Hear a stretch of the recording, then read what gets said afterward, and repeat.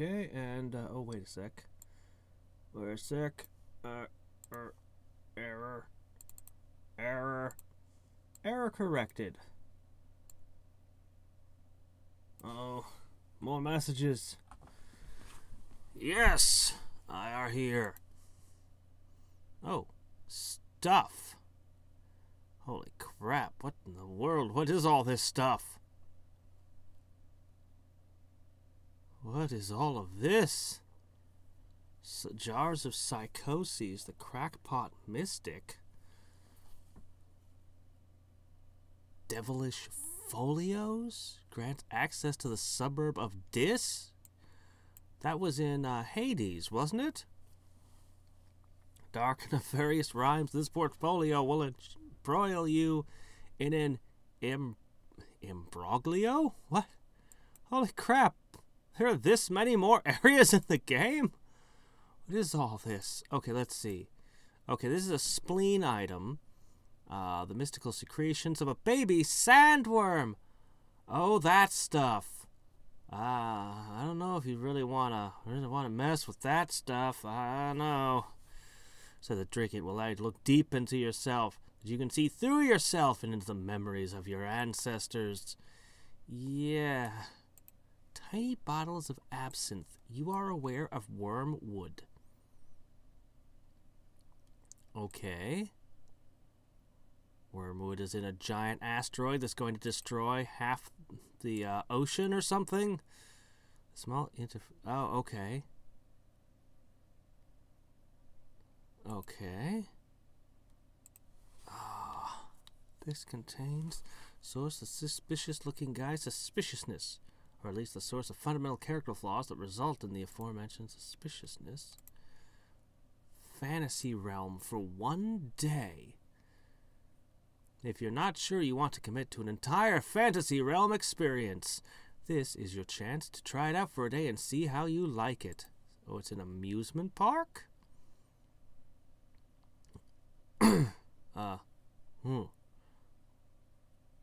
Allows access to a 3-part quest. Use the include mojo to consume all 4 in 1 day.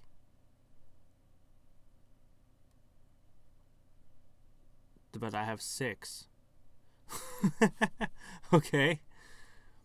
We wanted to time travel, create a super virus, and defeat said villain? Who's the said villain? Oh, super virus villain. Oh, okay. It's a quest line that will last until we're all over. Explore the minds of NPCs like the pretentious artist. You know, the pretentious artist is the one we most have to get into the head of. Fantasy realm. Zone with combats that are puzzly. I thought that by 2018 they had moved to west of Loathing. I thought that that's where they were putting all their attention to these days. Because that's the one that they make, I think, their money on. Are they still updating this game too, though? The 1-day charter pass grants unlimited access via a crash landing on Oceanic Flight 815 to the island. The charter pass wasn't included in this set. The 1-day charter pass. You can click save on this K-mail to remind yourself of which areas you still want to explore. I don't think I've ever had a mail get deleted on me yet, but okay. Actually, you know what? I have this on permanent record saved. Like I can always look back on this stream and be like, Okay, let's see. So now we got another one. Okay, 1-day ticket to Conspiracy Island. If weird, spooky government conspiracies seem like a nice place to visit, but you wouldn't want to live there, or even visit there more than for a day, then this is the ticket that you need. Okay, so that must be the 1-day charter pass, right? Must be. Okay. I mean, they get donations. Sure, yeah, they do that. But, I don't know. I just kind of assumed that they'd move on. What is this? Where did this come from? This wasn't here a second ago. Game Inform Power Daily Pro is a fairly typical video game magazine filled with game reviews, advertisement, previews, advertisements, pro tips, industry news, advertisements, and advertisements. Most of it is worthless. Yeah, I know, they really are. Really, since any half-decent video game news website will give you all the useful information way ahead of... Abbreviating like that, it becomes impronounceable. Print issues. What makes the whole thing worthwhile, though, is the daily user-submitted video game walkthrough page. What is it about game walkthroughs and guides that make them such compelling reading, even if you've never played the video game in question? I don't know. I read walkthroughs, like I was a subscriber to Nintendo Power for like ever. Like forever and ever. I used to have, oh man, I had so many of them. I really regret not having them anymore. Ugh, I miss those. But yeah, I read so many walkthroughs for things like just Buster and Bab's Tiny Toon Adventure SNES game and just random games. I'm like, ooh, look at all this. A lot of my childhood went to that. So what do you use this for, though? Type usable, selling price 10 meat. Well, no other gaming magazine has been anywhere near as good as Nintendo Power. Nintendo Power didn't really do advertisements. Not really.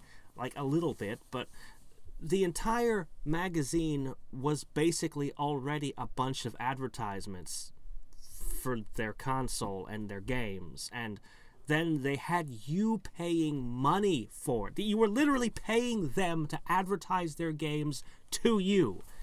It was a perfect model. Why would you need to take out ads in that model? You didn't. So they didn't. And the walkthroughs were great with all detailed pictures and things. And this was before the internet, so this was a big deal, having, being able to get all this information. And then they'd have comics in the middle with Nestor. Nobody remembers Nestor. Nobody remembers the Nestor comics. He had like one game on the Virtual Boy, and it was bowling, but that was... A, it's a bowling game, so no one's ever going to play it. B, it's on the Virtual Boy, so no one's ever going to play it. But he had fun comics. I liked Nestor. It was okay. It wasn't anything special, but he was okay. Alright. Let's see. Let's just jump over, use the old recent item. These wrecked generators, man, they're amazing. I used one yesterday. Or maybe I used two. I don't even know. It was awesome. Alright. Where is that? What does this do? You leaf through the copy of all of that, glancing at the exclusive preview screenshots that have been on the internet for a month, and the 9 pineapple reviews. Why pineapples? Nobody knows. For games that, given the reviewers' comments, probably shouldn't have gotten higher than 6. Finally, you get to a user-submitted game walkthrough page. Tear it out and chuck the rest of the useless fish wrap. My introduction to Pokemon was from Nintendo Power. Oh man, they did the Days of Mana. I wanted Secret of Mana so badly for months before it came out, and then I didn't get it for till it was like a used game store a decade later that I finally picked it up. I really love Secret. Oh my gosh, it looks just like a walkthrough from GameFAQs already. What the hell?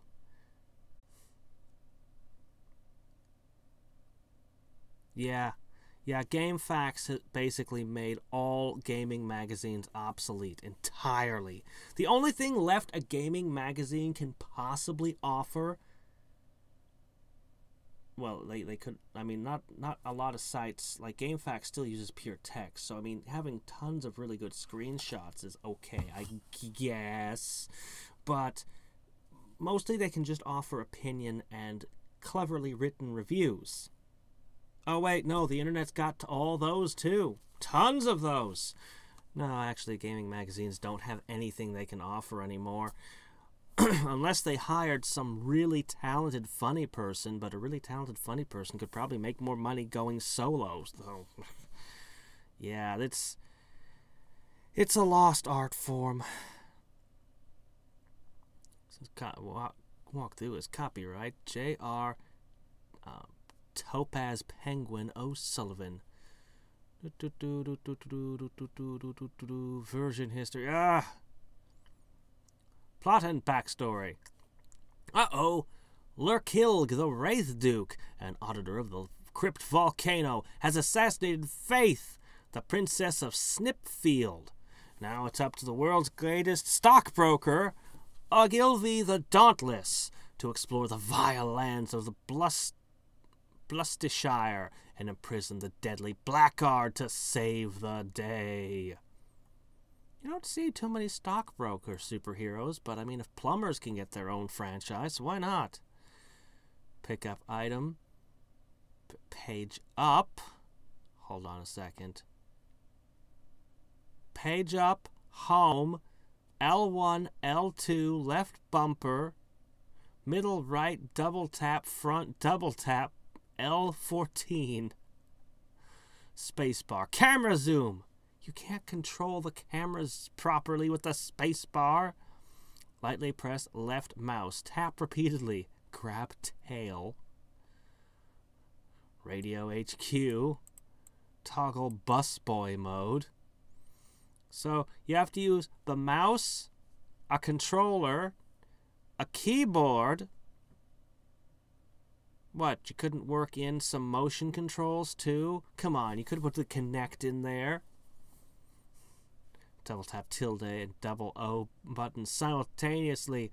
I'll double perform fatality. Yeah. Pokemon. When the original Pokemon came out, they had, in Nintendo Power, they had these little things you could tear out that were its own, like, little, kind of like a comic. It was a walkthrough of the game, but nobody's talked about them, and damn, I wish I had them. They contained information and bits of lore that don't exist. Like, seriously, they don't exist in the games, in anything I've ever seen anywhere since, but they were the first things I knew about the game. That Pokemon were multiplying, that there were way more of them lately, and that they were attacking people more often. Like, that's not anywhere else. That's not canonical. But that was the first thing that they wanted to let you know on, like, the first page or second page of these things. They were like little comic books. Yeah. There were 6 of them. 6 total.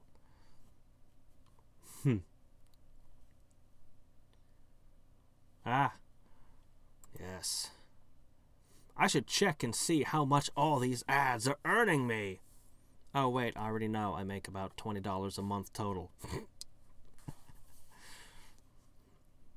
Yes, that's what I sell out for. Annoying you so much.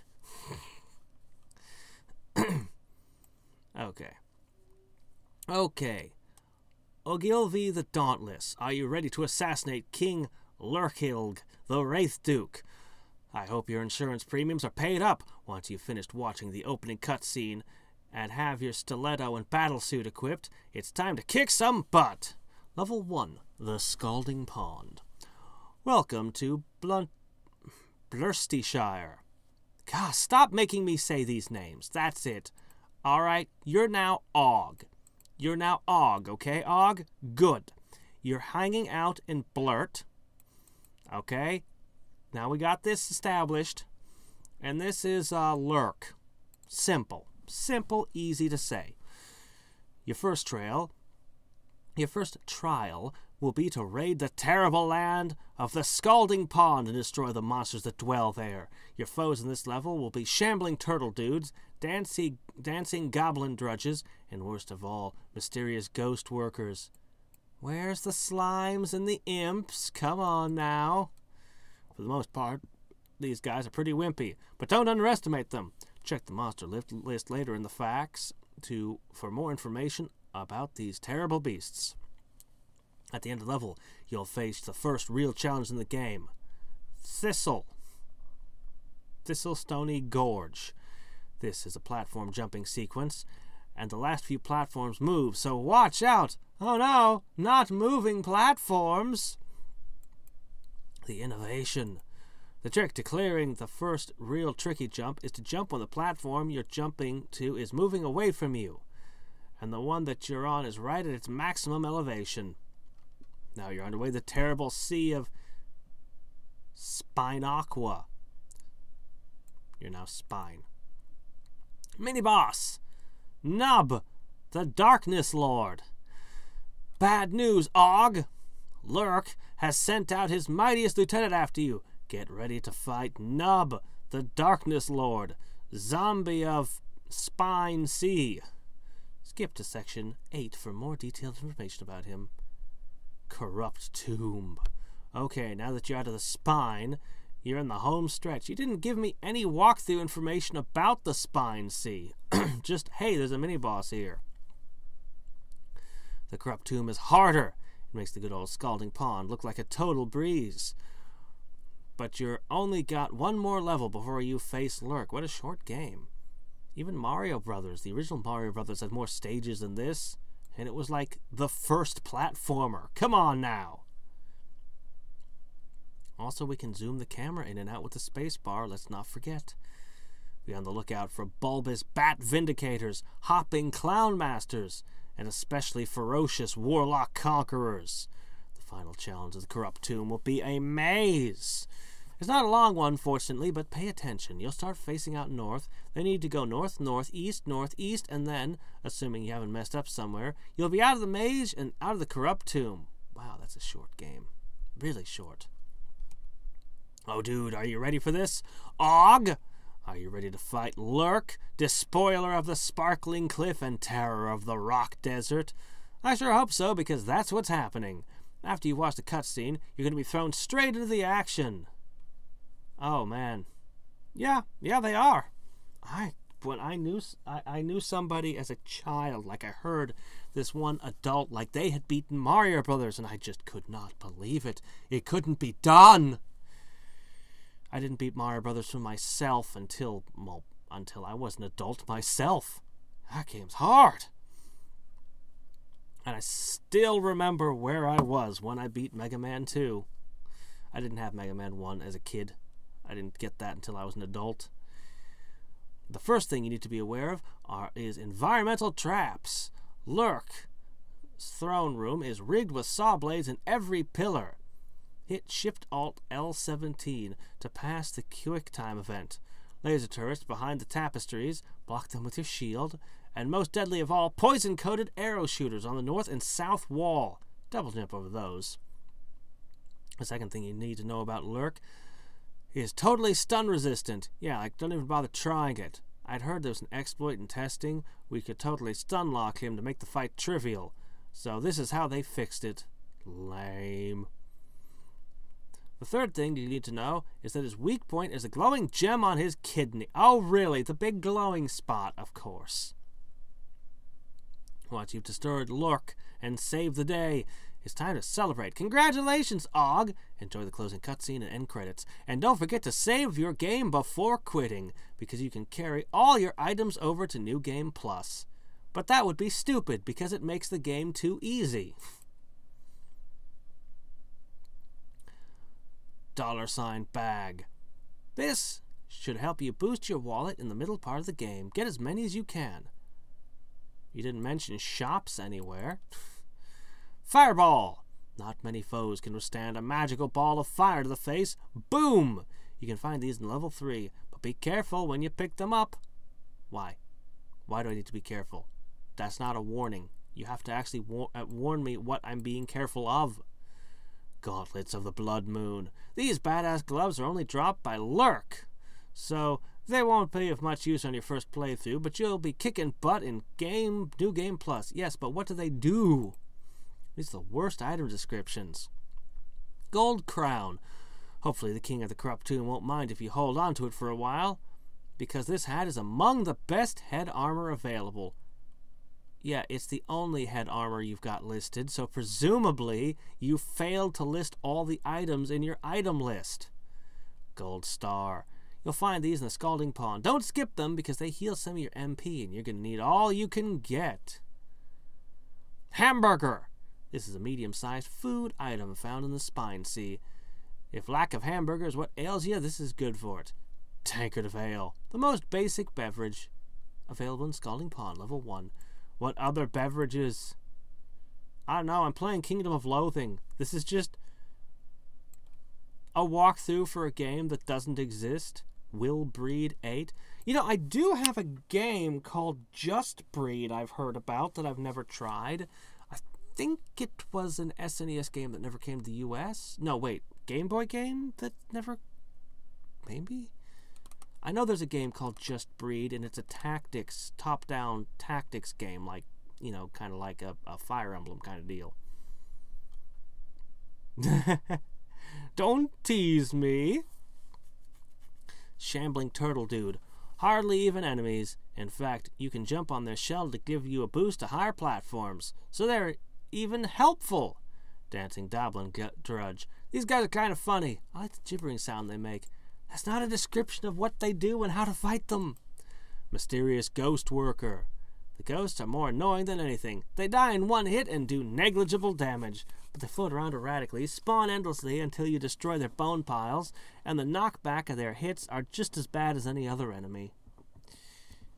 I swear, there's no level 2. It's just a boss. Not even a boss, just a mini-boss. He's pretty tough. It's going to be a difficult fight if you aren't prepared, but fortunately he doesn't have any unusual tactics. My advice to getting past him is to use a scan spell and target his elemental weakness. In a platformer? Define do I still play? Do you mean, do I occasionally pull it out and play it because I like it? Or do you mean, do I play it regularly all the time, like competitively? Because I only play the campaigns, and even then it's once or twice in a year I'll pull it out, dust it off, and be like, oh yeah, I love this game. And then I'll like, forget it exists for the rest of the year. Why, did they just do a new update? Did they add any new campaigns? Anyway, where was I? Ah, yes, bulbous bat vindicator. Watch out, these extra large bats will latch onto you and drain your blood, healing themselves. Roll underneath them as they swoop towards you and attack them from the back. Hopping Clown Master. These guys the worst. The pies and juggling co-ops do massive damage if you don't dodge, and they jump around so unpredictably. The most important thing to know is watch out for their noses to flash red. That indicates their suicide bomb attack, which can be an instant kill if you aren't out of range. Ferocious Warlock Conqueror. I have to admit, his ring of hovering skulls is totally badass looking. Unfortunately, it takes a lot of damage to kill those skulls, so you can deal the damage to the actual guy. But keep at it and you'll get him. The barrier against dark, or armor enchanted versus dark, is going to be your best friend here. Bugs and cheats.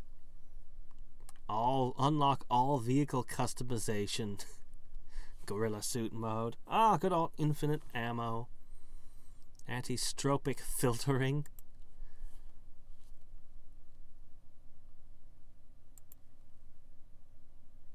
Okay. That was fun. As you fold up the page and stow it in your pocket later, you overhear a conversation between a couple of dudes in video game t-shirts as they pass by. Did you hear the Dungeon Eaters Association opened up a new dungeon based entirely on that crappy old game, Kill Creed 8 or something? Yeah, dude, except I heard they found the entrance behind some old crates in their storeroom. It had already been themed that way. It's like the video game was based on this old forgotten dungeon, not the other way around. Inconceivable! Princess Bride reference. The two Nords snort laugh their way down the street. Oh. And I still have the walkthrough. Basically, the only compelling part of the magazine, so you tore the page out and threw the rest away. Or recycled it, if you prefer. Yes, I fed it to some druids. There's just something inexplicably entertaining about reading some internet geek's dumb video game walkthrough. Call it a guilty pleasure, I guess. Yeah, I hate it when they use explode, self-destruct, like Chaozu. It's a Chaozu. Oh my gosh. Ha. Well, I mean, I know what I'm starting today doing then. Let's do this. What? No. Wait, I want to fight the thingies. The stairway from the Dungeoneers Association turns out to be very long. Very, very long. It ends in a dark stone tunnel. One of the Dungeoneers left some Dungeoneering kits at the entrance, fortunately. That takes a winding path for at least a mile before it reaches another staircase. The steps carved directly out of the living rock. This staircase turns out to be very long. Very, very, very anyway. Did the living rock loudly object to somebody carving steps into it? 'Cause that sounds like a painful thing to do to a living creature. Also, we're inside something's rock esophagus right now, and that can't be good. Eventually you reach the bottom and step out of the mouth of the cave. See, it's got a mouth. It's got a mouth. It's living. Oh, this is not good. Don't go in there. Blinking in the bright sunlight, and what the heck? You're standing on a beach on the shore of an ocean? I mean, it could be a lake, but if so, you can't see the edge of it. You can see an island here and there off in the distance. One of them appears to have a palm tree, and above you is a blue cloud-filled sky. There's a bright light that you can only identify as the sun. But how is this possible? Did you come out the other side of the world? Is this blurt? That walkthrough seemed to be using blurt to mean the overall country or continent or world that Kill Creed 8 was set in. That would make this the Scalding Pond. What is going on? We've just entered one of the arcs of Hunter x Hunter. That's what's going on. Or maybe Sword Art Online, but if we're in Sword Art Online, it better be the abridged version. Previously, and sold the records of their trip to the video game studio or something, which means the walkthrough probably isn't holy. But the one with the spiders with Kurapika fighting them to kill them all. But that bug arc, that was a good freaking arc. The tournament arc was good too. It was actually one of the best tournament arcs I've ever seen. It was definitely non-standard. But that first arc actually was a really good setup too. It just didn't have a bad arc. What can I say? But yeah, I really liked the Incredible Hulk-S. She was awesome. Okay, let's see. Looking. No. There might still be a boss, though. Lurk, the walkthrough called him. You do like a good boss fight. You shrug, pick up the Dungeoneering kit, and start along the shore to see what you can find. The guys at the Dungeoneering Association sometimes leave these kits full of useful items near the entrances of dungeons that haven't been thoroughly explored. It makes things a little easier and safer for explorers. Well, easier and safer depending on what it turns out to be inside these kits. The Dungeoneering Associate guides sometimes have strange ideas of what constitutes useful. Well, let's find out what they think is useful. Scroll of protection from bad stuff. Oh, that's pretty nice. Oh, it's just a +2 to all defenses. Granted, these scrolls are mass-produced and the Dungeoneering Guild buys them in bulk, but they're still pretty effective. The title is kind of disappointing misnomer, though, because it only protects you from elemental damage, not all the bad stuff. You're on your own against, say, taxotics or stepping on dog crap or knives. Knives isn't bad stuff. Knives is great stuff. Scroll of pudding skin. It's a bit of a step down from stone skin, isn't it? Oh, what was her name? Brisky? What? You know, the girl, the little girl that's hanging out, teaching them stuff. That's I'd start spurting out all kinds of spoilers. I mean, Incredible Hulk-S is probably enough of a spoiler already. Sort of, not really. Not like the story revolves around it or anything. But she was kind of awesome. Probably already figured out that what this scroll does, but I'll spell it out for the slower students. You know that weird skin that pudding gets on it if you leave it out too long? Well, what this scroll does is cover you in that. For protection! Allows you to remove an effect. Soft green echo eye drop antidote. Just mix them all together. Something will work. This is a vial filled with a remarkably versatile liquid. It'll fix just about anything that could be wrong with you. And it's a cocktail crafting ingredient. Yeah, I wanted to see her fight in more battles. Well, you're just picky. You're gonna take your pudding skin form and like it. A wisp of smoke pours out of a nearby pile of bones and coalesces into a human skull surrounded by a pale blue aura. The overall effect is pretty awesome, until it begins to make angry chattering noise and swoops towards you. That's less awesome. What can it do? Ghost tries to ectoplasm your solar plexus, but you're not into that. Whoa! It didn't die from a single blast. How high level is this thing? I thought this was going to be a super low level thing, because, you know, it didn't sound like a very strong enemy or a very strong area. The ghost slimes some ectoplasm on you. It eats through at least one layer of your skin. No! It's a good thing I have quite a few more layers of skin underneath that one. A gold star. Well, they did tell us there would be gold stars that would restore MP. It was an A+ kill, so here's your gold star. Not in sticker form, but rather a glowing, hovering, star-shaped wad of magical energy. I'm not sure how you're going to get the magic out of it and into you. Eat it, I guess. No, I'll just rub it all over my face. That'll get the MP out. What? Works for most things. You don't want to see me eat spaghetti. Anyway, yeah.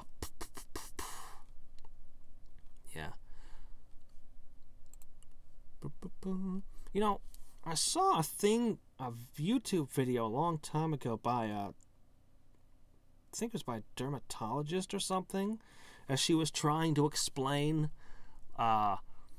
She was trying to explain with like pictures and things that men and women had different skins, and it was really important. Like, guys, you have to do this and this and this with your skin, and like, I've never done any of those things in my life. And girl, you know, like I'm like looking at these things like it's like skin samples under microscopes or whatever. I'm like, holy shit, those do look different. Oh, men and women have different skin? I didn't know that. That's weird. I don't know, having a layer of my skin eaten off by slime made my mind jump to those images from that video, and I saw it like years ago too. So why that just flunk? I don't know. I still haven't played Terraria. It's on my to-do list. Honestly, I'm more interested in Terraria than Minecraft, but I am interested in Minecraft too. I mean, as well, not in a Minecraft 2. I don't think anyone's announced a Minecraft 2. I thought, when Microsoft bought Minecraft, I thought I knew what they were up to, but I was wrong. I thought they spent, what was it, $1 billion on it? And I was like, holy crap, there's only one way this would make sense. Their Xbox is probably worth more than $1 billion to them. And they could make a sequel Minecraft that was exclusive to their Xbox to sell it and make it the dominant console. And I was like, aha! And then they didn't actually do that. And so I was like, oh, okay, never mind then. I thought I knew what their plan was, but I was wrong. It happens sometimes. The ghost throws a brick at you with psychokinetic powers, but you're not as thick as a brick, so you dodge. The ghost tries to float through you, but you say boo to this idea.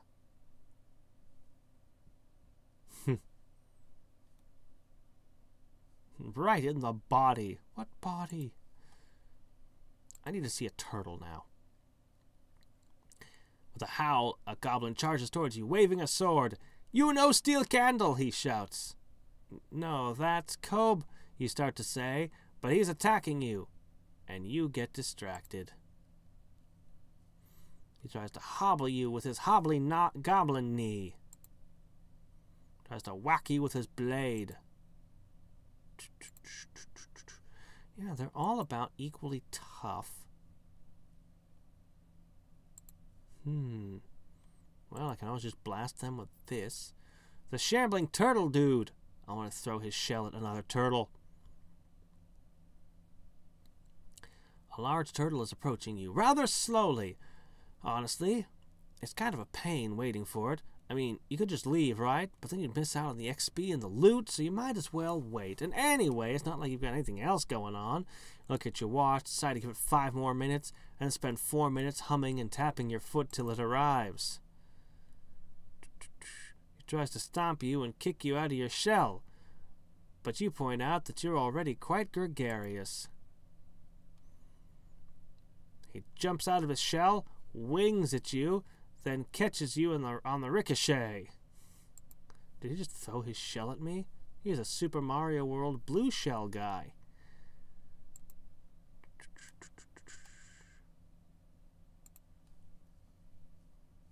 Why does their art keep changing?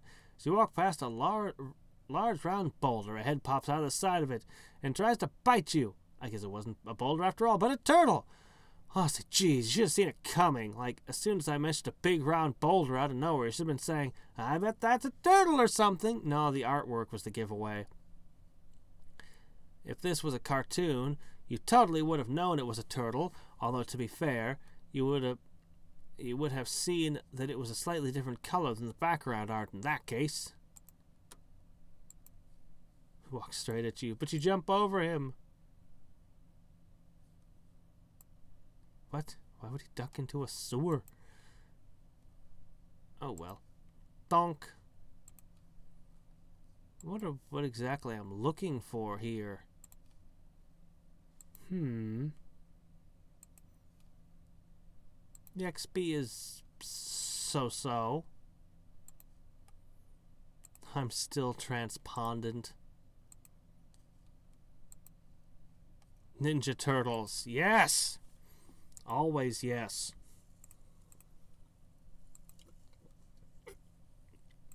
Unless it's one of the new series. I don't know what they've been doing, but they don't look the same. And that offends me. They must always look like they did when I was a child. How dare they update the look of the turtles? I, like, seriously have no idea what's been going on with that franchise.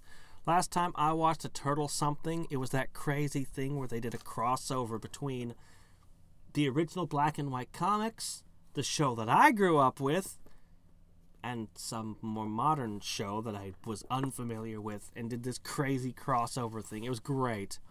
It was so much fun. You come out to the border between the Scalding Pond and the Spine Sea, which unfortunately turns out to be a series of precarious ledges and platforms hovering in the air over a bottomless pit. Typical. With a sigh, you start jumping from platform to platform. Soon the gaps begin to widen, making you wish double jump was a thing you could do, or that made any kind of physical sense at all. What, you mean you can't double jump? Oh, come on, it's so easy. First, you summon sauce underneath your feet, then you jump off it. It's gonna have to be a less liquidy sauce, more solid, of course. And eventually, of course, you encounter platforms that are moving. Moving platforms are the worst. You leap over the first one, which is slowly drifting up and down, and the next one is moving horizontally, slightly more quickly. Timing on this is gonna be a bitch.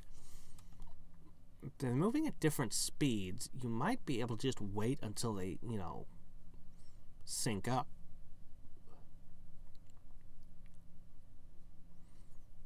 Yeah, I read the walkthrough. I actually read your walkthrough. You leap to the second platform, which is already drifting out of reach, but you have the advantage of the height. You manage to grab the edge and pull yourself up with a gasp. After that, the rest of the platforms are comparatively easy. Upon reaching the other side of the crevasse, you hop down, glad to be on solid ground again. Though, since you're now in Spine C, that happiness may be short-lived. Wait a minute, Spine C? When did you leave the tunnels underneath the Dungeoneers Association? Da da da da.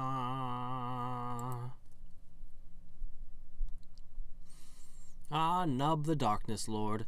You've barely set foot in the Spine Sea when Nub the Darkness Lord appears with a roar. Lurk has decreed your death, Og. Who? Oh, come on, we read the walkthrough. Insolence! You claim not to recognize the name of Lurk, scourge of the Blood Grove and defiler of the Glimmer Lonesome Woods. No, I mean, who's Og? He hits you with a mini crossbow bolt.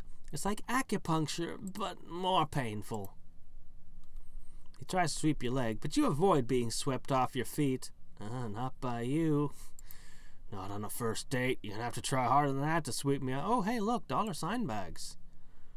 It's a white cloth sack with a $sign on it, so presumably it's full of money. I mean, it has to be, right? I'm pretty sure it's illegal to put anything but money in a big bag with a $sign on it. Yes, but our currency is meat, and this would be U.S. tender.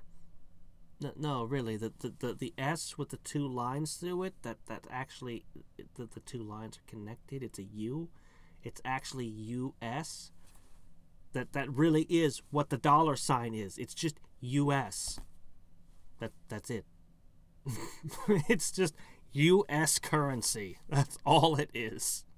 So, I don't know where you're going to spend it in the land of loathing. Okay, we gotta go and open one. I need to see what's in. Oh, come on! It's nothing. I can't open it. Well, can't say I'm surprised. How about that hamburger? Oh, hey, it's awesome! This is a middle-of-the-road sort of hamburger. Not a microwave truck stop hamburger, but not an artisanal Wagyu beef on Chipotle Owly deal either. It's just, you know, a hamburger. I don't know what all that Wagyu beef Chipotle nonsense is, but put bacon and barbecue sauce on it, and I'll call it the perfect burger every time. Onion ring is optional. You can throw an onion ring on it, too. Yes, I am a barbarian. I know what I like. Having finally fought your way to the edge of the Spine Sea, you find yourself at the border of a huge, by the way, finally, this is a tiny area, the dark wasteland of Cavern. This must be the corrupt tomb. The next stop to defeating the terrible Lurk. Readying your loins and girding your weapon. I think I got something backwards. I don't think I was supposed to strap a sharp weapon into my, underwear like this. You prepare for the battles that lie ahead of you.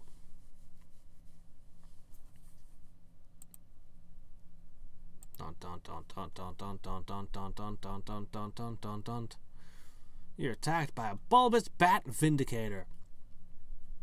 You're attacked by a Zubat, which is hardly surprising because adventurers are constantly being attacked by bats.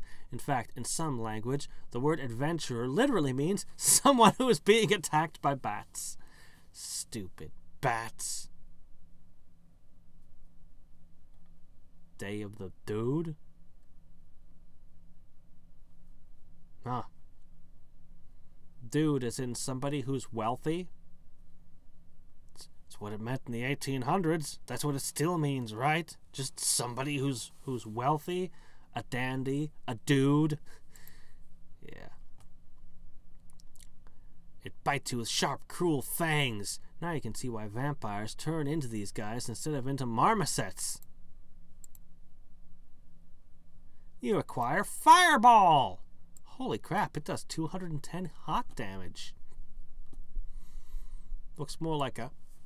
Excuse me. Looks more like a certain Street Fighter move to me. Ordinarily, I would caution you against picking up a literal ball of fire with your bare hands, but for some reason it doesn't seem to be affecting you. As if some kind of magical suspended animation preventing it from exploding or burning or even being hot to the touch, holding it like holding an ethereal room-temperature grapefruit. I suppose a fireball is already pretty magical, so anything else magical about it shouldn't come as much as a surprise, but it's still weird. Yes, let's put this in our bag. Let's store this with our 6,000 kegs of matches. I'm sure that the delayed blast fireball isn't going to go off on its own at any moment. You're fighting a hopping clown master. If you need any evidence that Lurk is thoroughly evil and must be destroyed for the safety of the entire world, I would present Exhibit A. And I'm not going to mess around with this thing because they have an attack, a self-destruct, and I don't want to be hit by that.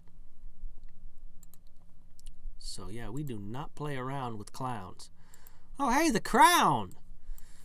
This is a pretty ordinary gold crown. Not to belittle it or anything. I mean, just the fact that it's a crown is pretty special, right? Generally, you get like one of these in any given country. What I mean is, there's nothing particularly distinctive about its design. It's a gold circlet with points. It looks just like what you immediately pictured in your head as soon as I said crown. Well, actually, there is one thing special about it. It somehow managed to be better head protection than an iron helmet. I'm not sure how that works. It's got 150 power, serious sleaze resistance, regenerate some HP and MP per adventure, and 10% meat from monsters. It might actually be the best headgear I've got. I don't know. We'll look at it later. The Ferocious Warlock Conjurer. Laughs an old man in a hooded robe. Prepare to die, adventurer. I summon demons from all 7 hells to destroy you. 8. What? There are 8 hells. Are you telling me I don't even know how many dang hells there are? Look, there's Hades and Pandemonium and Dis. What's the one with the seals? I think it's just called Hell. Right. And there's dang it! Doesn't matter how many dang hells there are. Prepare to die. You missed Niflheim, where hell lives. Okay, let's go ahead and hit you with a stream of sauce. He casts a spell that echoes back in time and kicks you in the groin every day for the past week. Well, that's just not nice. You had to do something not nice to me. He tries to turn your blood into acid, but there's so much alcohol in your blood that it doesn't work. You could also try to fill somebody's lungs with marshmallow with another spell. I wanted to make a superhero whose only power was to create marshmallows, because everyone would make fun of him. And there'd be all the other superheroes would be running around being awesome, and then he'd just be like, oh, somebody pointed a gun at me? I feel the gun and the trigger mechanism with marshmallow. And then I fill that guy's lungs with marshmallow, so he's on the ground coughing that shit up for a little while. He can't do anything. You try to run up and stab me with a knife. Marshmallow shield. Unfortunately, superheroes whose powers sound lame but turn out to be awesome, I think has kind of been overdone as a comedy now. I wanted to do that back in high school, and I was far enough back that there weren't as many parody superhero stuff. In the interest of ensuring that sensitive and emotionally fragile adventurers not suffer from undue trauma due to shocking and disturbing concepts being revealed in a surprising fashion and without due notice, we would like to present this trigger warning. In this adventure, you are attacked by a clown. Okay. He tries to kick you with oversized shoes, but notices one of them has slipped its oversized laces and stops to tie them. Then he just kicks me with them. He tries to hit your face with a pie, but you're nobody's pie-eye newbie. Alright, we are finding a lot of gold crowns right now. It seems like everybody around here is a king, or at least thinks they are. Oh, look, it's a bat. And just like every bat everywhere, it sat invisibly in the dark shadows until you got nearby, at which point it suddenly flew down and tried to knock you down a pit. Stupid bats. Birds do that too. Birds love to kick ninjas down holes. You reach the end of the beach at the corrupt tomb, wondering where to go from here. You walk down the coast for a while and pick up a small flat stone and skim it across the surface of the water. It vanishes in a giant whirlpool that you hadn't previously noticed. Perhaps not the largest whirlpool you've ever heard of, but certainly large enough to create a tunnel of air that stretches all the way to the sea floor. As you more or less swim down the tube, you consider that it's probably not the strangest thing that's ever happened to you. In fact, if you can account the fact that this beach and sea appear to somehow be underneath the Dungeoneers Association, it's not even the strangest thing that's happened to you today. Upon reaching the bottom, you pause to look around and wonder what the heck to do next. Several air-filled tunnels pierce through the water in various directions. Somehow... left. You make your way through the watery tunnel to another intersection. Huh. About this... who cares?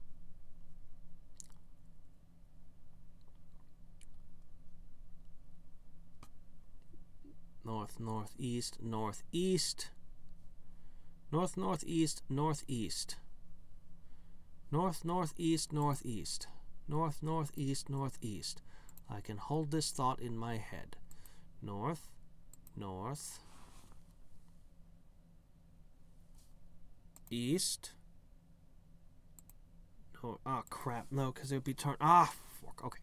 North, north, east, north, east. Crap, I didn't read all the messages during it. Whatever. Finally, you come up to another whirlpool. This one's spinning in the opposite direction. Oh, great. We're in Australia now. To lift you up back to the surface instead of sucking you down to the sea floor, because that's possible, right? Sure. You swim up to the surface and discover a small rocky island, the only feature of which is a small, squat black tower encrusted with salt. The front door is open, though not in a way that feels particularly welcoming. Probably you figure this is the lair of the evil jerk Lurk. And you're expected. Well, here goes nothing.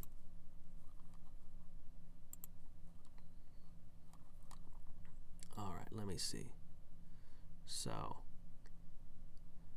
rigged with saw blades on every pillar.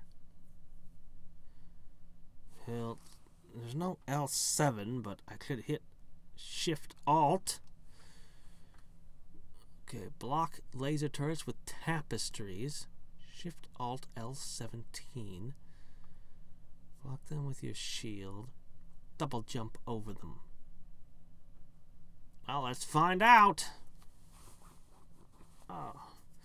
Inside of Lurk the Wraith's... Oh, I was expecting it to start hitting me with events, giving me multiple choice questions. Inside Lurk's lair looks pretty much what you'd expect. Lots of iron cages with skeletons in them, bubbling cauldrons of green slime. Could I have some of those cauldrons for my alchemist in another game I'm playing, please? No? Alright. Fire pits full of red-hot torture equipment, and so forth. The door opens and Lurk stomps in, dressed in gleaming bronze armor, with a general spike and a leering demon face motif. Who are you? You aren't Og? Nah. He couldn't make it or something. Anyway, I'm here. Let's fight. I don't know. I was kind of waiting for Og. He was going to try to stop my evil plans, take over the land of Blurt and all. Right, but he's not here and I am. Yeah, but there's matters of destiny and faith to take into account. Look, I waded through 3 levels of nonsense to get here. I'm not just going to turn around and go home. Come on, let's do this. All right. Jeez. Lurk opens a little door in his chest plate and shoots a laser beam at you. Ah, what the hell? I want that chest plate with the laser in it. He's just gonna keep hitting me with lasers. Ah, hey, we got the Gauntlet of the Blood Moon. Oh, hey, a fat loot token. Cool. The Blood Moon is... This must have come out before Breath of the Wild, so it won't be a reference to that. Actually, it just refers to the next full moon after the nearest one, the fall equinox, and there's nothing particularly special about it. Really. It isn't redder than usual or anything like that. Not to belittle these gauntlets or anything. I mean, they're super sweet gauntlets. Let's see, 75% HP. Raiments of the final boss, 8 items. Holy crap. That's a lot of items. Where are the other 7 last bosses? I don't know. This item's okay, I guess. I mean, it's good. It is good. It's good. Yeah, it sounds almost like something I'd expect to see in Dragon Half. Lurk crashes the ground with a howl. No, impossible! He screams, and the ground begins to shake under you. The stones, the villain's lair, crack and collapse as you run. And you leap from the structure just in time to avoid being buried in the wreckage alongside Lurk. Satisfied that you've done everything that Kill Creed 8 has to offer you, you crumple up your walkthrough page and throw it away. Oh.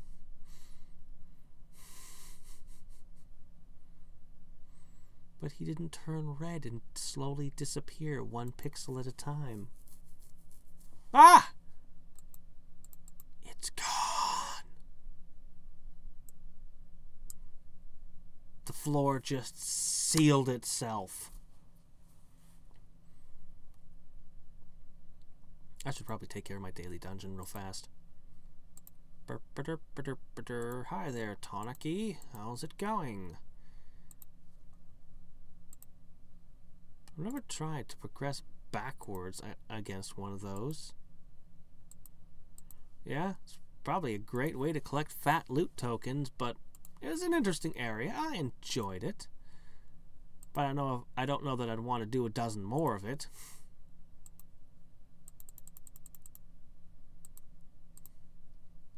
It's probably the best way if I really wanted that familiar.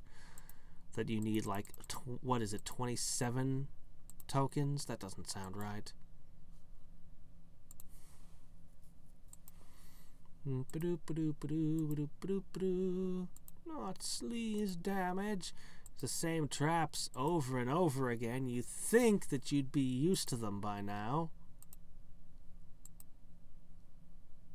Oh well. You're too beaten up. Oh, I need that. A message. Hold on. Signal received. 2 fat tokens in 1 day. Main screen, turn on. Oh. That was the one. Okay. Just now gave me the message alert. Okay. So we have a ton of stuff still. We have so many things. What should we do next? What should we do next?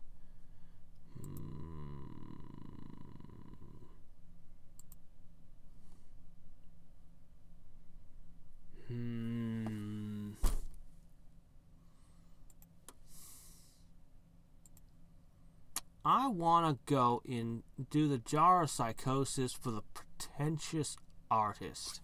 That's what I want. I really should go through my inventory and use everything. Oh well, some other time.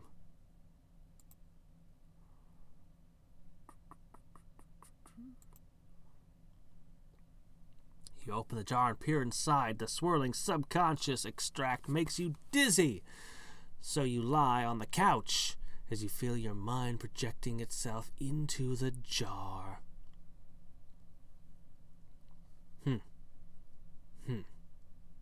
This is not what I imagined the pretentious artist's mind looking like. Well, let's start with a knife drawer. Artist's supply. The pretentious artist's life is a struggle. Oh, without struggle there can be no suffering, and without suffering there can be no art. Every action in the artist's life is fraught with meaning and subtext, and nowhere is this more apparent than the making of the morning meal. Each utensil in the drawer represents a negative emotion by which the artist can tame and repress positive emotion, represented by nourishing food, thereby making every breakfast a perfect, beautiful tragedy. Yeah, I'm a writer. I eat nothing but junk food. I totally identify with this. Yes, of course. This is necessary.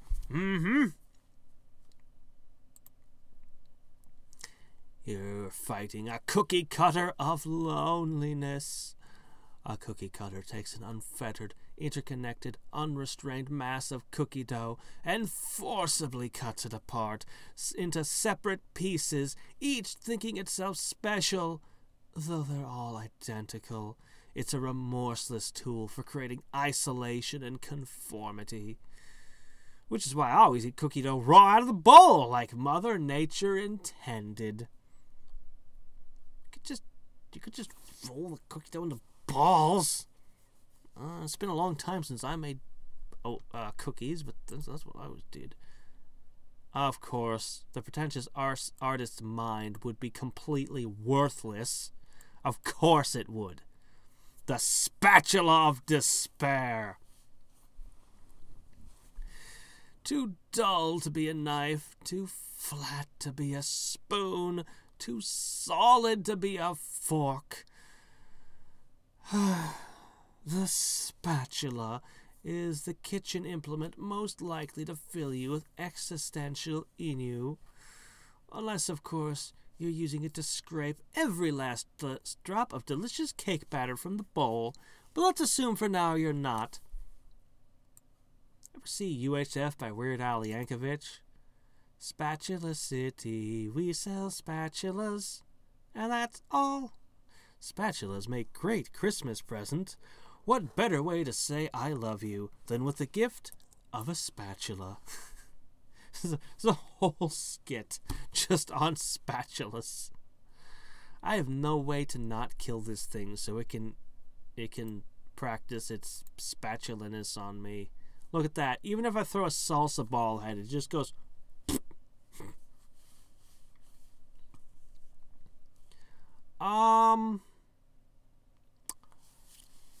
That depends on what you made your dough out of. If you decided to make your cookie dough out of asbestos, then yes, it would probably make you sick.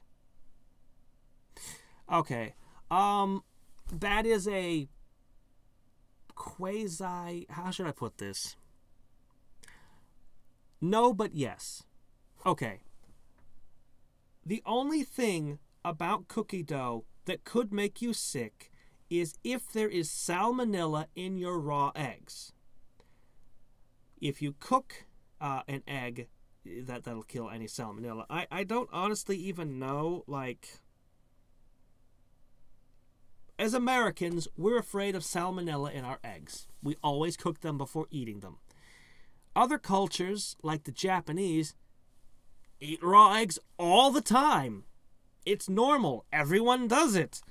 And so, if you take Japanese classes and Japanese cooking classes and stuff, they'll just be like, here, eat some raw eggs. And they'll be like, no.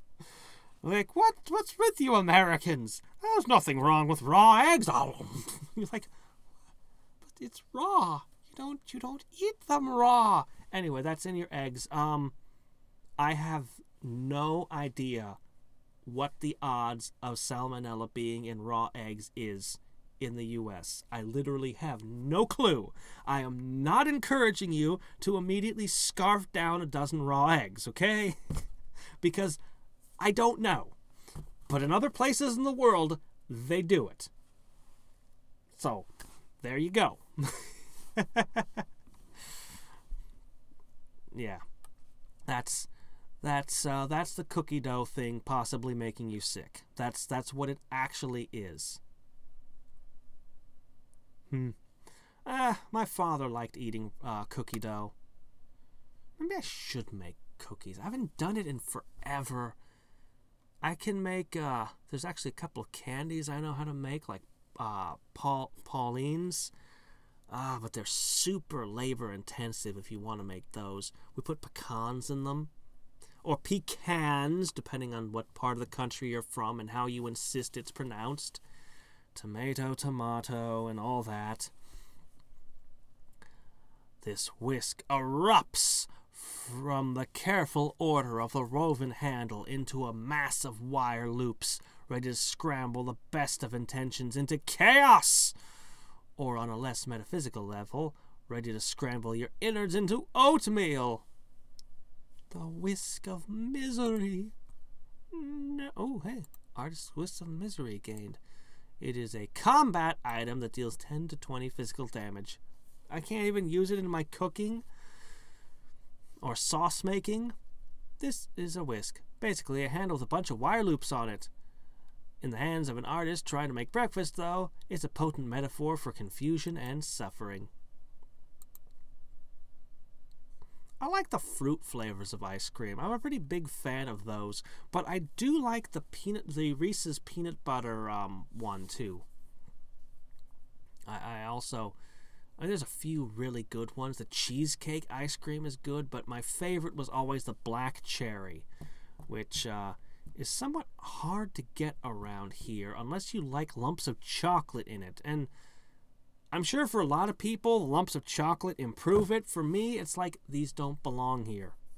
They're interfering with the flavor that I love by giving me a different flavor. It's not that I don't like chocolate, but it just didn't belong in this flavor, you know? The butter knife.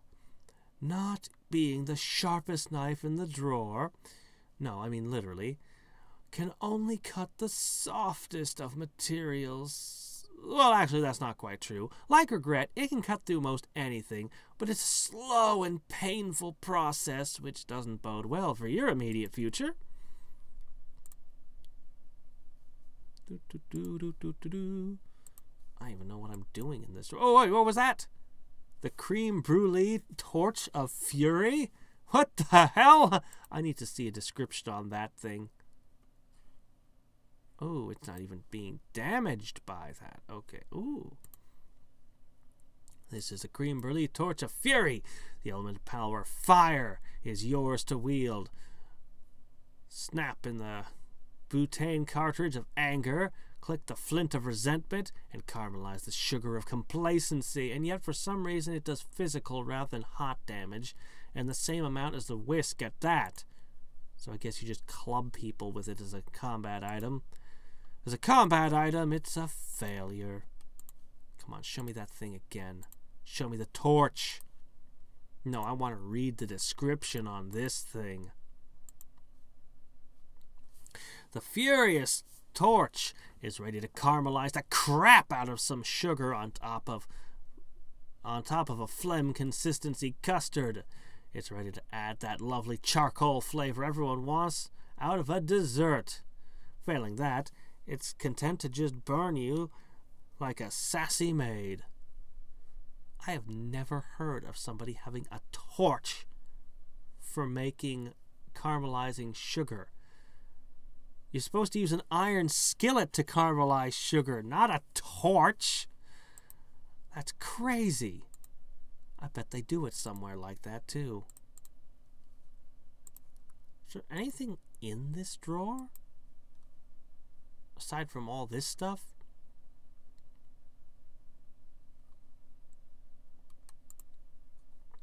Huh, for cakes. Maybe I need a full set of the tools for some reason?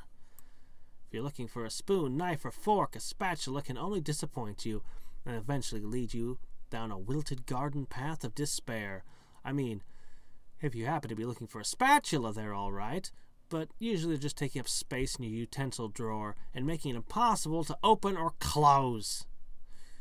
Or you could just put them in a, like, you just buy like a jar and you just stick all your spatulas, whisks, and other weird ass things into it, and then they're just all kind of sticking out, and you're like, yeah, and the drawer just gets forks, knives, and spoons because those fit in, and you never have a problem.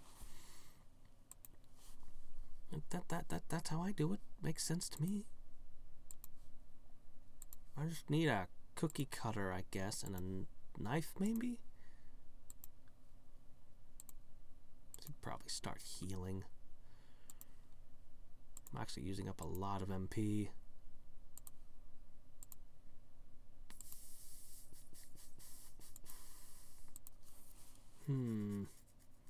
Maybe I should go explore other places in this place. Let's try the grocery bag. In the struggle for art, that is the life of the pretentious artist. Nourishing food can only be eaten once it has been thoroughly mixed and maimed with hard, unfeeling kitchen utensils. You see, it's a metaphor for how the artist must suffer to produce serious works of artistic significance. The phrase, "You can't make an omelet without breaking a few eggs," is a proverb of almost unbearable, beautiful wisdom for the true artist. Keep in mind, however, that breaking a few eggs is pointless if you don't have a spatula or something to flip eggs with. You're fighting a loaf of bread of wonder. Regular bread isn't wonderful enough. Just add heat and it marginally transubstantiates into toast.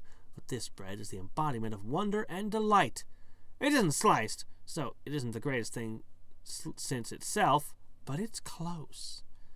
Ah, Wonder Bread. Haven't thought about that in years. I just flung mayonnaise all over the bread. You're fighting a carton of eggs of confidence. In border speak, they call eggs Los Huevos. And to have Los Huevos means you are full of confidence. But beware, they are as fragile as they are determined, and nobody wants their Huevos cracked. These eggs if they're from free-range chickens, or if they're just farm fresh, or if they're just your basic grade A. They ponder the existential quandary for a bit. One of the eggs tries to smash against your face, but you're not going to be left with egg on your face.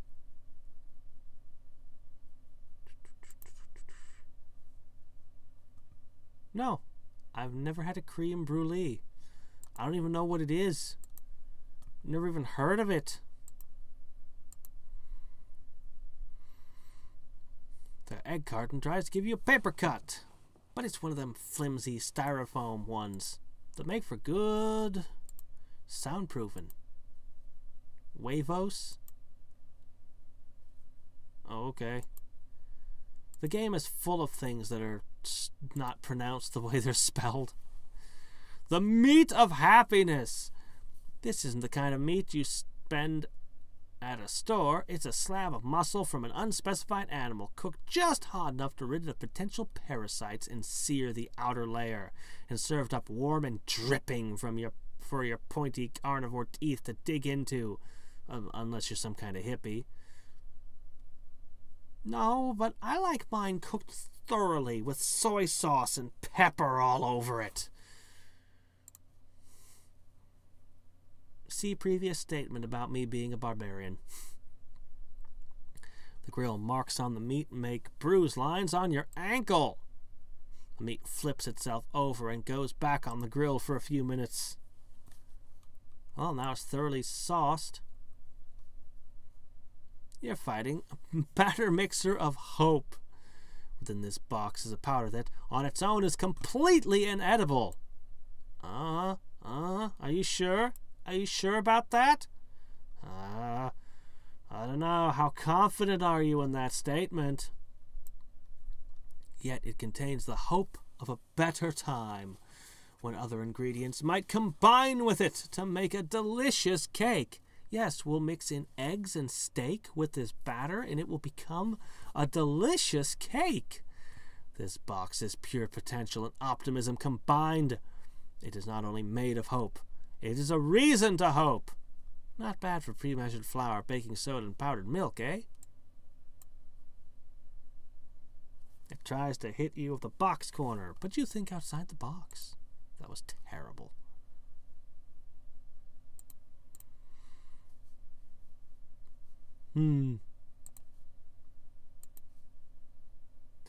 I don't know, like, a lot of people just, like, throw soy sauce onto rice, and I'm like, no, that's just not how I use it. I always cook it into things when I use it. Potatoes are pure starchy comfort, an easily prepared package. Boil 'em, mash 'em, stick 'em in a stew. They'll always warm your heart and pad your waistline. Yeah, they're the ultimate food. They're perfection in food. And they can be made into 1,000 different things. The potato uses its biochemical battery power to run a complaining, psychotic AI for a while.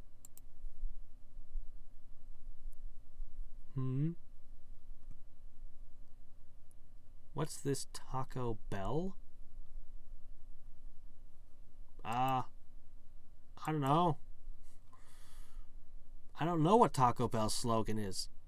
I haven't had television in like 15 years. I have no idea what their slogan is. I actually started rarely, like maybe once every other month or so, eating at Taco Bell because somebody was like, oh yeah, did you know they have Dorito taco shells? And now about once every other month, I'm like, oh, I gotta go get one of those Dorito tacos now. Actually, I usually buy like 3 of them at once.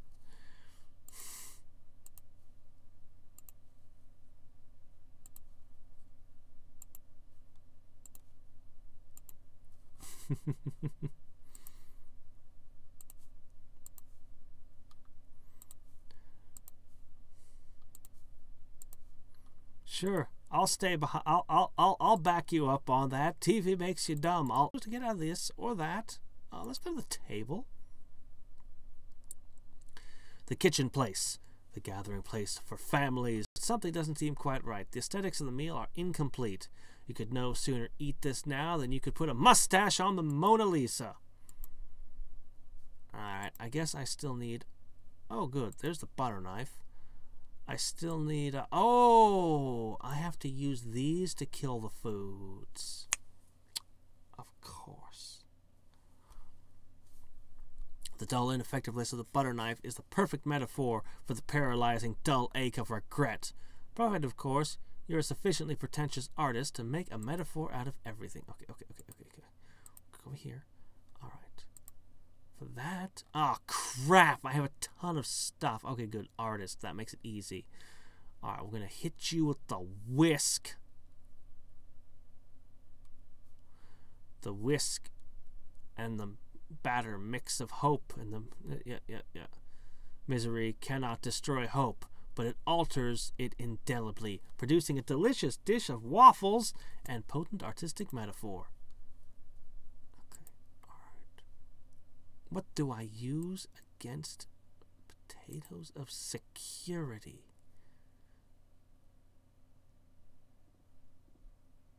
Security?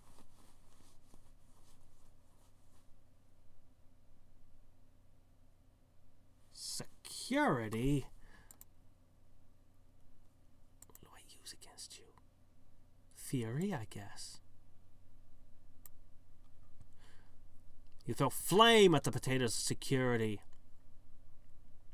Security cannot survive where it is not wanted, and the flames soften it, split the skin, and make delicious with butter and salt. Wait, I mixed metaphors there. Never mind, the baked potatoes look great. Okay, eggs. Spatula. You flip the eggs of confidence with a spatula of despair. The two polar opposites combined in heartbreakingly beautiful fashion, leaving you the fried egg that has been seared and flipped, but remains sunny side up. It's truly a triumph of metaphorical cooking. My father was big into sunny side up. I always liked them cooked more hard. Let's see. You slice off some of the bread of wonder with a butter knife of regret. Wonder at the beauty of the natural world can't defeat the dull ache of regret. And soon the bread is toasted, buttered, and ready for consumption. How deliciously tragic. Meat. Can I flip it? You use the spatula de flare to flip the meat of happiness, turning it over and over as it fries in its own fat. Unable to tell up from down, wrong from right, hope from despair. The resulting rasher of bacon looks delicious. And the tragic truth it symbolizes is more delicious still. Emptiness. The urge to destroy is unquenchable. So you turn once again to those happy groceries that mock you with their confidence, hope, wonder, security, and happiness. But the grocery bag is as empty as the hollow that howls within you. At least the kitchen table is pretty full now, though.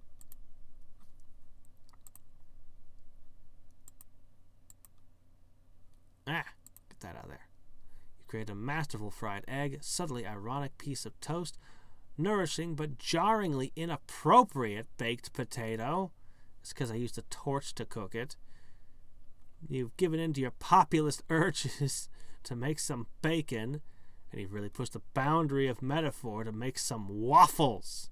Your opus is nearly complete. It need now only be consumed by the artist's soul and mouth.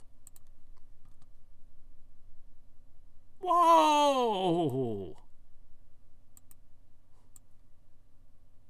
I mean, I did burn a lot of adventures before I figured out what I was supposed to do, but wow! I should eat breakfast more often.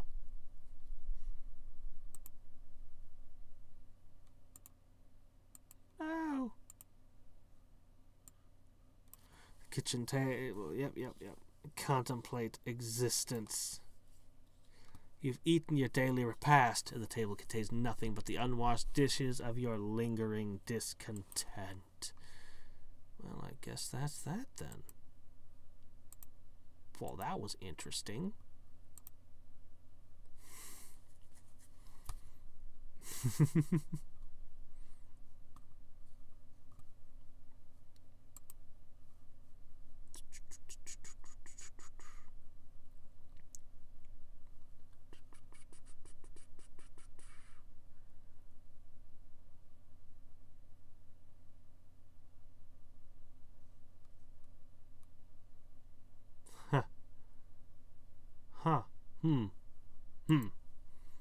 Okey-doke. Well, we're already an hour and a half in. I don't know if I want to break open anything else at this point. We should probably save more of this for tomorrow. Let's see what things we can use up and get rid of. Right. I don't really have any care for any of that.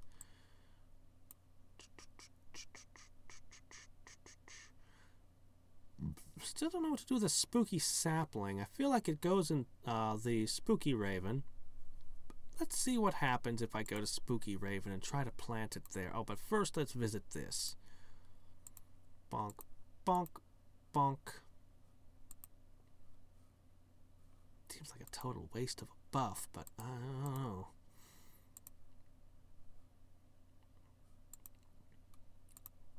Okay.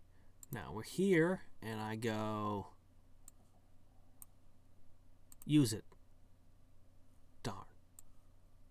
I have no idea what to do with this thing. It wants to grow larger, but, From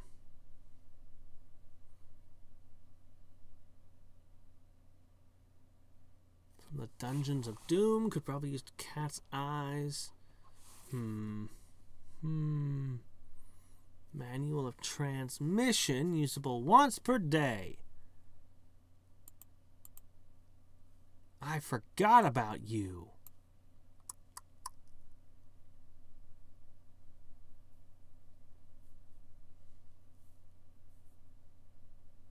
Oh, okay. Oh, okay. Bring the lit birthday cake to the guy on the surface of Cob Gob. At the surface area. Hey, anybody want this cake? Doesn't seem right. I don't remember that.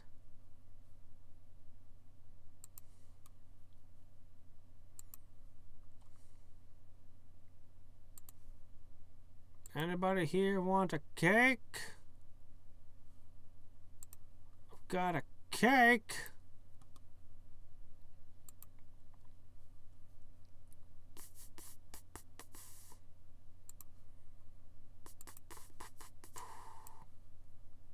Sub-assistant mad science. Remember when I found that this place had the most money I'd... Oh, okay. You draw near the pantry, an anonymous baker approaches you. Capital! Claude will be ever so pleased. Please take this small token of my thanks. Pat a cake pendant. +1 mysticality. Regenerate 0 or 1 MP per adventure. Well, that was from a long time ago. This is a mystical artifact typically worn by a baker man.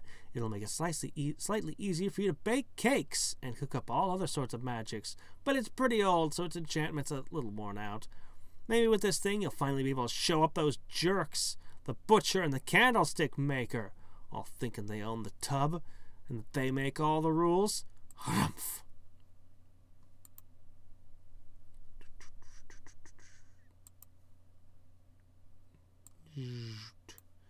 Okay, let's see. So I did that. Hugo's weaving manual. All right, fine. Get that away.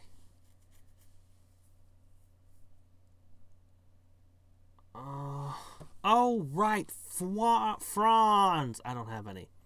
I mean, I've got like 1, so never mind that. Hades map. Now we got something more to go with that. Oh crap! Can I throw these out? I got all this stupid stuff. I need to figure out how to breathe underwater for the Dolphin Kings map.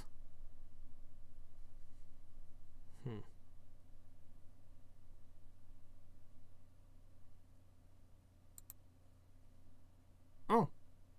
Wow, that got me a point. Ah. And let me see, what else we got here? The Skeleton Store. Oh, hey. A new star.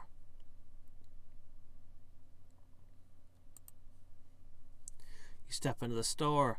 You haven't been to all that many skeleton stores, but even with your limited experience, you can tell this one's a real disaster. The floor is littered with loose bones and debris of broken display cases and shelves. Still got plenty of skeletons in it, though. You know how when you buy a skeleton, it usually has a label that says, if you purchased this skeleton without a skull, you should be aware that this skeleton is stolen property and should be reported as unsold and destroyed to the manufacturer, and neither the skeleton's original container nor the necromancer responsible for its reanimation has received any payment for this stripped skeleton. This is the kind of skeleton that label was talking about, and also the kind of skeleton that is attacking you. Oh, this is a super low-level area. This is super low area. Novelty tropical skeleton. Good salesmen know that people always want more tropical vacations. The salesman who put this guy together assumed that a skeleton decked out in garish fruit was the next best thing. He was not a good salesman. So if I destroy enough of these, does the shop become a shop? A swarm of skulls. You approach a shelf labeled spare skulls and wonder where the skulls are. No, it's Bob the Skull and his many friends.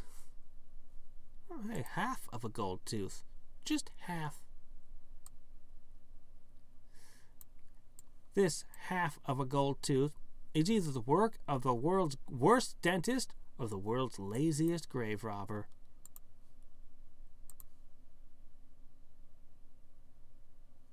mouse skull, loose teeth. It's a potion. Effect. Little mousy skull buddy. Occasionally attacks enemies for you.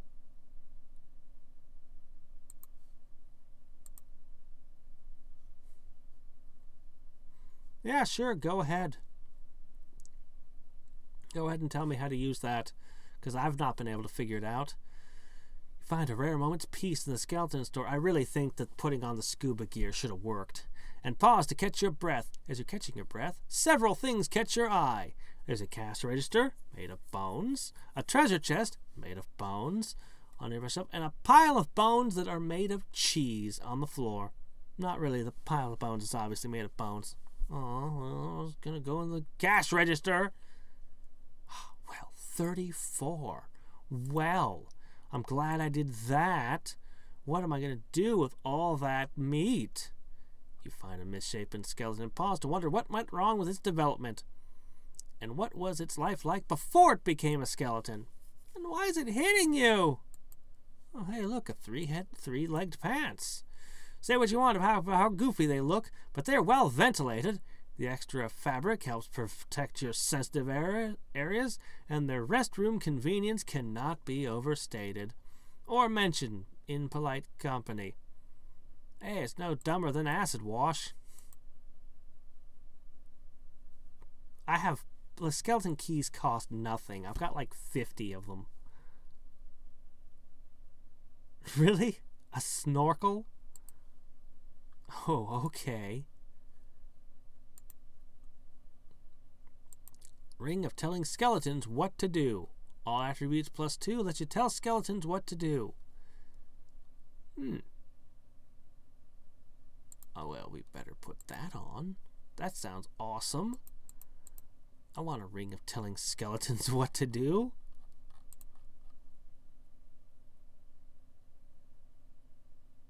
I actually am missing. I actually have an empty slot.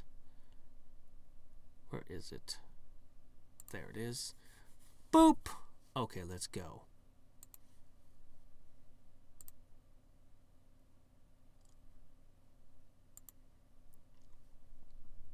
You have the skeleton. Hey, punch yourself! It's a skull. It's a swarm of skulls. That's literally the one thing they can't do.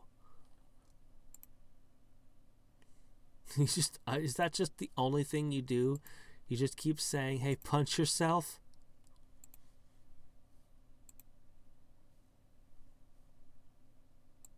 Okay, I don't think there's anything else going on in there. Okay, a snorkel. Hey, there's a snorkel. Well, okay then. Darn, not part of a set. This gear was so out of date, I wasn't even thinking about it anymore.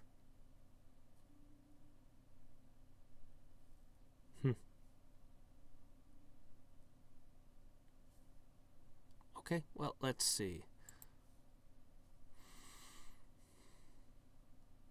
Does it count as a helmet? Wait. Yes, it does. It counts as a helmet. Okay. We'll just put that on. And we'll pull out our thingamabob.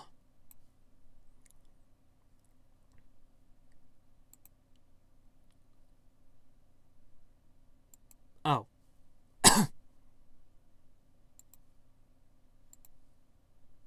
Okay.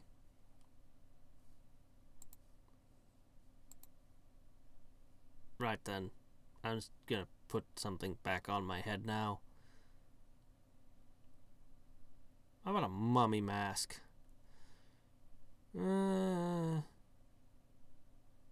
Just a wool hat.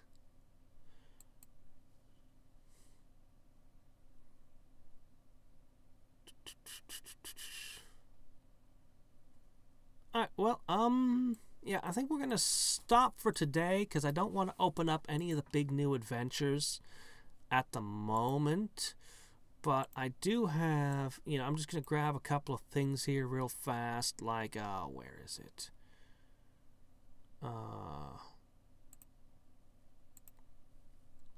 until it tells me I can't has any more slime, because I think the slimes are going to really make under the sea possible.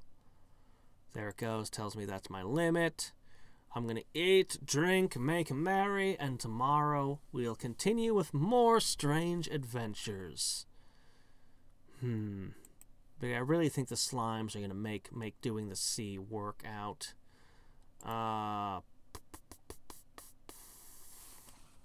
Control F. Milk. Use that. Okay. Red velvet cake. Only decent? Huh. Probably not gonna do the underwater tomorrow. I'm probably gonna do all the other things, because all these other things, the various jars of psychosis, there's these devilish folios, there's this thing, that thing. Yeah, we're probably gonna go running around doing more of those. But we will get to the sea. Alright, let me see. I'm gonna eat that burger. In fact, I'm gonna finish off these old acceptable bagels that I made.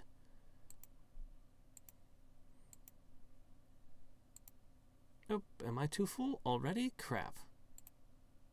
Alright, fine. Then we're just gonna go... it's not really the best, is it? What about slip and slide? That one's a little bit better. Red, red one. There's a song with that. The slap and tickle? Alright, slap and tickle's alright. We'll do the slap and the tickle. Alright, I need a 3. I'm not super picky. Okay, that one was kind of stupid. And then we finish it all off with our super one. The wrecked generator. 28. Boom. And we go down to our spleen items. I'll save my fairy tales because I can't use the adventures right now. In fact, I'm going to have to burn some adventures real fast.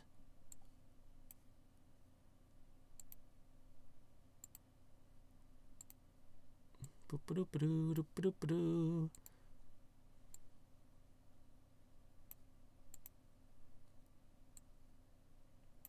I wish I had stuff that was just like 10 spleen uses at once or something, you know? And then just did like a ton of stuff.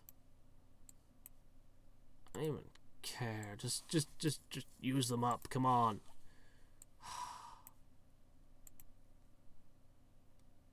Oh, it increases your item drops. Oh, that is a pretty big deal, actually. I don't know what mini adventures are, but I'm just going to go to the signboard. You know what I'm talking about, right? Because my character's already gotten fallen down drunk, so, I mean, you know. And I only want to burn off a little bit. Just a little bit so that I don't go... Oh, because one time I went over 200 adventures and it went down. Like, I lost adventures, so... You know, see, I'm well within tolerance range and got some stat points. Not the most efficient way to gain stat points or cash, but whatever. We're in good shape. Oh, wait, not tomorrow. Tomorrow's Caster of Magic. The day after tomorrow will continue. So, actually, because we'll eat and drink tomorrow on, even though I don't stream it, I'll still eat and drink tomorrow, so, you know, I'll end up with a ton of adventures. Probably a full load. So, you know, take those stat points and money. Done. And until next time, and every time, this is Hadriex signing off. Bye. Hello. Bye.